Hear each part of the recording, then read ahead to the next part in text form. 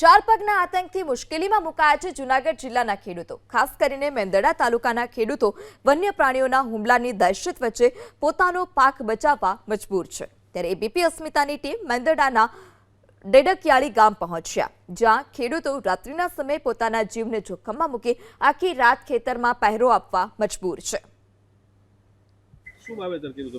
અત્યારે વાવેતરમાં કલિંગી વાવી છે, થોડુંક ઘઉં ને એવું વાવ્યું છે, અને એમાં આ બધા પારા મગફળી વાવેલી હતી ને એના તો રેડી કરી દીધા છે।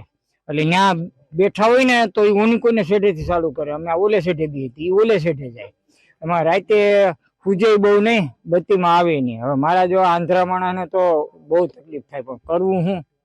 એમાં સિંહ ને દીપડા આવે, માલિકો બે હોત તો આ બધા ગામમાં એવું જ રખોલું લાગે છે જેવું અમારા ગામમાં લાગે છે। રખોલું એટલે બહુ ભયંકર રખોલું છે, 24 કલાક રખોલું કરવું પડે છે। દિવસે રખોલું લાગે છે બોર્ડરના વિસ્તારમાં, અને રાત્રે રખોલું લાગે, ગામ વિસ્તારમાં રાતે જ લાગે। તો અમારી એવી માંગ છે કે સરકાર આમાં કંઈક ધ્યાન આપે। વર્ષો જૂની માંગ છે અમારી કે આમાં કંઈક તમે બોર્ડરે કંઈક કરો, કારણ કે ડાયરેક્ટ બધી બોર્ડરો ખુલ્યું છે। તો અમે ગમે એટલા ખેડૂતો જે કોઈ ફેન્સિંગ કરીએ, કોઈ કાંટારી વાઇડ કરીએ, તો એ અમારી જાજો હાલતી નથી અથવા તો તૂટી જાય છે, એવું બધું થયા કરે છે। તો અમારી સરકાર પાસે માંગ છે કે કંઈક વ્યવસ્થિત તમે જંગલ બોર્ડરમાં પ્રાણી રહે એવી વ્યવસ્થા કરો તો સારું। હવે શિયાળાની અંદર જો અમારે અત્યારે માની લ્યો કે 10-12 ડિગ્રી તાપમાન હોય આખી રાત, તો અમે એક તો ઓલા તાપના ભડકા કરવા પડે।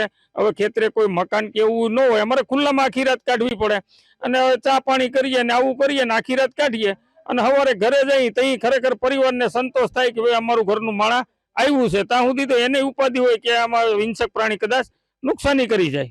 જે થોડું ખાનપાન છે એ ખાનપાનની જે પણ ચીજો હોય છે એ ખાનપાનની ચીજો સૌથી જે જગ્યાએ સૂવે છે એનાથી દૂર રાખે અથવા ક્લીન કરી નાખે, જેથી વન્ય પ્રાણી એના પ્રતિ આકર્ષિત ના થાય। ખાસ કરીને ટોર્ચ વગેરે રાતમાં રાખે। ઝીણી મોટી કંઈ અવાજ આવે, અગર એનો ફીલ થાય કે કોઈ પણ વન્ય પ્રાણી હોઈ શકે અથવા તો કોઈ એવી એને મનમાં ભીતિ થાય તો તરત એકબીજાને જાણ કરે, એકબીજાને સાથે આવે અને વન વિભાગને તાત્કાલિક જાણ કરે, જેથી વન વિભાગ સ્થળ પર પૂગીને એની તપાસ કરી શકે।